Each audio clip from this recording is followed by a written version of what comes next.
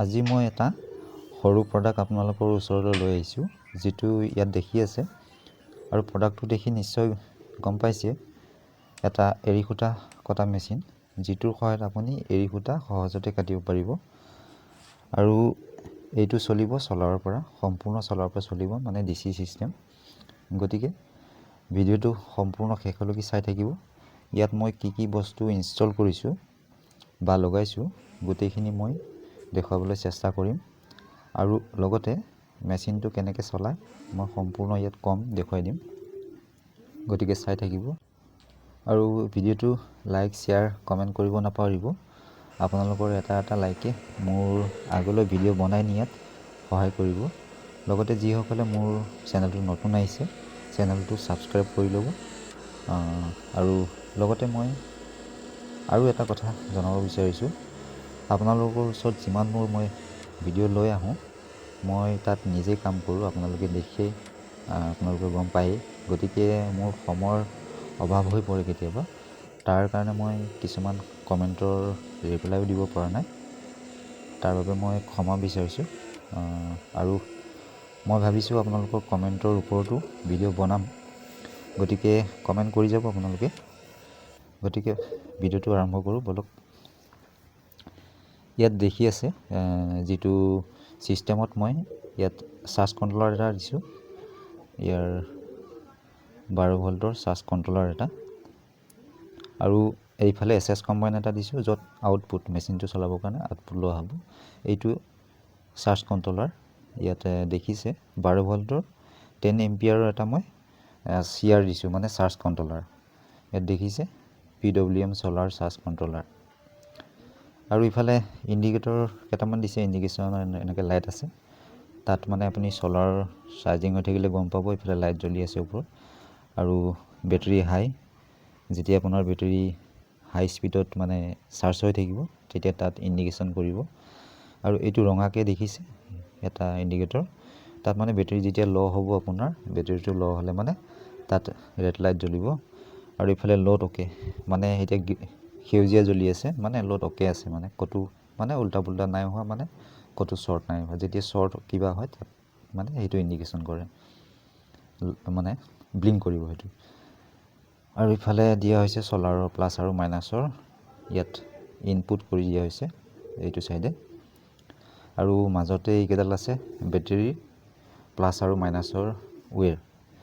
ইয়াত ছিষ্টেমত মানে এটা বেটেৰী দিয়া হৈছে 12 ভল্টৰ, এইটো দেখি আছে 12 ভল্টৰ 40H মানে 40Hৰ এটা বেটেৰী দিয়া হৈছে ছিষ্টেমটোত। মানে এই বেটেৰীটো মানে বেটেৰীটোৰ পৰা এই বস্তুটো চলিব। আৰু ইয়াত চলাৰ যিখন দিছোঁ, ইয়াত এইখন চলাৰ দেখি আছে, বাকী আগৰ পুৰণা চলাৰো আছে ইয়াত। আৰু চলাৰখন মানে বৰ্তমান টেম্পৰাৰী হিচাপত এনেকৈ হেৰি কৰি দিয়া হৈছে, পিছত ভালকৈ ইয়াত ইনষ্টল কৰি দিয়া হ'ব ষ্টেণ্ড লগাই পেলাই। ইয়াত যিখন চলাৰ পেনেল দেখি আছে 40 ৱাটৰ, ইয়াত দেখি আছে 40। ইয়াত এইখন চলাৰ পেনেল দিয়া হৈছে ছিষ্টেমটোত, মানে এইটো দি সম্পূৰ্ণ যিটো ইয়াত সূতা কটা মেচিন আছে, সেইটো মানে ধুনীয়াকৈ চলিব এই ছিষ্টেম। আৰু সূতা কটা মেচিনটো এইটো ইয়াত দেখি আছে। আৰু এইটো যিটো ৰঙা ইয়াত দি আছে, এইটো পাৱাৰ অন অফৰ, মেচিনটোৰ পাৱাৰ অন অফ কৰিবৰ কাৰণে তাত সেইটো ছুইচ দিছে এইফালে। আৰু এইফালে আউটপুট লোৱা হৈছে, এইটো যিটো এছেঞ্চ কম্বাইন দেখি আছে, তাত 3 পিন টপ লগোৱা আছে। আৰু এইফালে ছুইচ আছে, ইয়াৰ পৰা মানে আউটপুটটো লোৱা হৈছে এই মেচিনটো চলাবৰ কাৰণে, সূতা কটা মেচিনটো চলাবৰ কাৰণে। তাৰ পৰা এনেকৈ আউটপুট ইয়াত দি দিয়া হৈছে।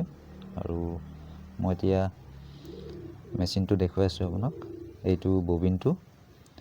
আৰু এনেকৈ মেচিনটো চলিব। আৰু দেখি আছে এইটো, এতিয়া ববিনটো ঘূৰা নাই, মই এতিয়া ববিনটো ঘূৰাই দেখাম। ইয়াত দেখিছে ববিনটো ঘূৰি আছে এনেকৈ। আৰু যিটো ববিনটো ঘূৰি আছে ইয়াত, সেইটো স্পীড কমো কৰিব পাৰি, তাৰ কাৰণে এটা স্পীড কণ্ট্ৰলাৰ দিয়া হৈছে তাত। আৰু এইটো এনেকৈ অগা পিছা হৈ থাকিব, সূতাখিনি ধুনীয়াকৈ ইয়াত ববিনত মানে মেৰাই গৈ থাকিব সূতাখিনি। এই যিটো মাজৰ ৰিং টাইপৰ এটা বস্তু দেখিছে, সেইটোৱে মানে ববিনটোত সূতাখিনি মেৰুৱাই গৈ থাকিব। এই ৰিংটো ইয়াত, এই যিটো ৰিং দেখি আছে, ইয়াত বস্তুটো দেখি আছে। আৰু এই ৰিংটোৰ যিটো ডাঙৰ ৰিঙৰ মাজতে এটা সৰু ৰিং আছে, এইটো দেখিছে, মই দেখুৱাই আছোঁ ইয়াত। মানে তাত সূতাটো সোমাই ল'ব লাগে, সোমাই লৈ তাৰপিছত সূতা কাটি গৈ থাকিব লাগে। সেই ৰিংটো ঘূৰি থাকে, মানে ববিনত সেই ৰিংটোৰ পৰাই মানে সূতাখিনি মেৰুৱা খাই গৈ থাকে, মানে মেৰুৱাই গৈ থাকে সেই ৰিংটোৰ পৰাই ধুনীয়াকৈ, মানে এফালৰ পৰা মেৰুৱাই গৈ থাকিব সেই ৰিংটো, অগা পিছা হৈ থাকিব।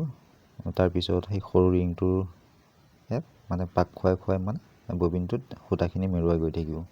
আৰু এনেকুৱা সৰু এটা মটৰ ইয়াত লাগি আছে, যিটোৰ দ্বাৰা ববিনটো ঘূৰোৱা হয়। গতিকে আজিৰ ভিডিঅ'টো ইমানেই আছিলে। অন্য এটা ভিডিঅ' লৈ অহাৰ অপেক্ষাৰে আজিলৈ ভিডিঅ'টো সম্পূৰ্ণ চোৱাৰ বাবে ধন্যবাদ।